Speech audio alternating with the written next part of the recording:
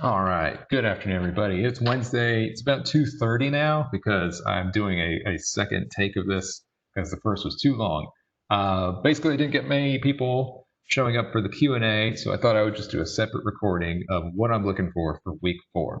So on the screen, you should be seeing Blackboard, our IGED 110 class.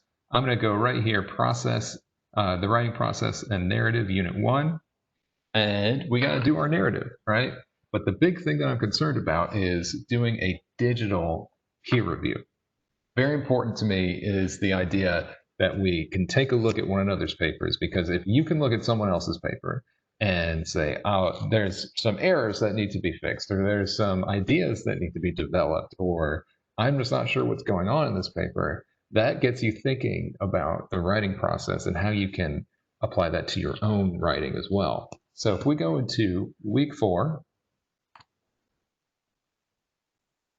I'd just like to explain what's going on here. It seems pretty light, but I want you to take it seriously. So I put another link to the Bedford Reader, Chapter 5, the narrative chapter. Please go through this. I have the Brightwave and the Vital Source. I'm not sure which one people are using, but I have the links there to the narrative chapter. You don't have to read all the essays in the back. We already talked about Maya Angelou. We talked about Shirley Jackson, two very different types of narratives. But what you're going to be doing is creating your own. So you might as well look at the method in chapter 5 to get an idea of how to create your own. And I've got just two other things here, the peer review for the narrative essay and the prompt for the narrative essay. So if I look at the prompt for the narrative essay, the big thing it says at the beginning is final draft due October 11th, 2020. That's about time midterms is due, so we should probably be a little farther ahead than we are, but I think we're okay. I don't want you to turn this final draft in this week. I want you to wait until the peer review process has completed. And unfortunately, it's a time sensitive thing, but we have certain dates that we need to look at. But here you have the narrative prompt, 3 basic ideas. Describe how you learned something that was difficult for you and how it sort of changed your life. Describe how you came to terms with your family's heritage or self identity and how that new understanding has affected your perspective, your life, that sort of thing. Or describe an experience where you made a mistake or used poor judgment. I don't know what that's like, but maybe somebody in the class does, right? No, we all have an idea of making a mistake or using poor judgment, and how looking back that has affected your life. And so if I just continue to go through this prompt, fairly brief, 500 to 700 words, though you can certainly go over that 700 word count. And I'll be looking at things like your content, which is your ideas, your thesis, your paragraph development, the grammar, the overall sort of presentation, MLA format, that sort of thing, and your diction, tone, language, that kind of stuff. Make sure that you have an introductory paragraph, obviously, at least 3 body paragraphs, and a conclusion, but you also might have that thesis statement either in the beginning, or for a narrative, it might work at the end, because in your conclusion, you're most likely looking back on the past things that you're talking about that have affected your life. So I'm going to go ahead and look at this peer review. The process is relatively simple, but I just sort of put this together because it's my first rodeo as well as yours as far as doing this online. So if I go to view/complete assessment, this is how we get started on it. And you'll see question 1, please upload the draft of your narrative essay here. So if you click on that question 1, it doesn't quite look like a link, but it is. This is just like any sort of assignment that we would have. This is how you'll turn in your paper in the final draft.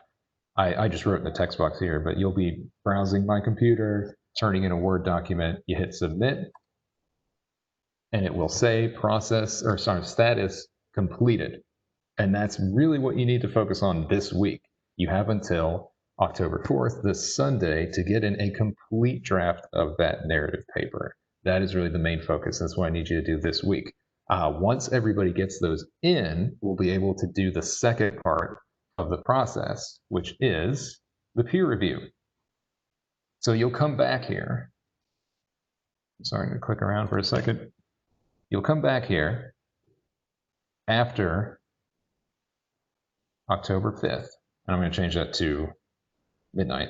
But once we hit October 5th, we'll be able to come back here, click on this peer review, and there will be 6 criteria. Those criteria are the peer review questions, and you'll have to go through this twice to get full credit. But basically, it's going to give you one of your peers' papers. It'll be, as anonymous as the paper can make it, but it will give you a paper to evaluate, to answer some questions on, and to make comments on. So I want you to do this as fully as possible. The questions are put together in that you can answer very briefly, but the more you answer, the more you'll be helping your peers out, and the more you'll be getting an idea of your own approach to revision. So you'll do this for 2 papers, and then that means other people will be doing it for your paper as well. And once you get those, you'll be able to begin the revision process and turn in that final draft, which should be, in some cases, significantly different from this peer review draft by October 11th. And so I'm going to go over the dates one more time. I'm going to go back. Final draft is due October 11th. That's next Sunday. Your first draft is due no later than October 4th, this Sunday. And really, I kept this open. I'm going to adjust these dates here, but I want us to start peer review on October 5th, Monday, and be done by October 7th, Wednesday, because we'll have other things going on in week 5 as well, because we're going to get started with the compare and contrast essay. So get that first draft in as soon as possible, but take your time. You have until Sunday to get it in. That's going to be our week 4. So read chapter 5 again. If you have not read chapter 5, get in your first draft for your peer review. Make sure it's complete. You cannot turn in just a paragraph and say it's a draft. It has to be a complete paper. And then once Monday hits, we'll be able to open that back up and start our peer review. All right. Thanks a lot. I'll see you next week.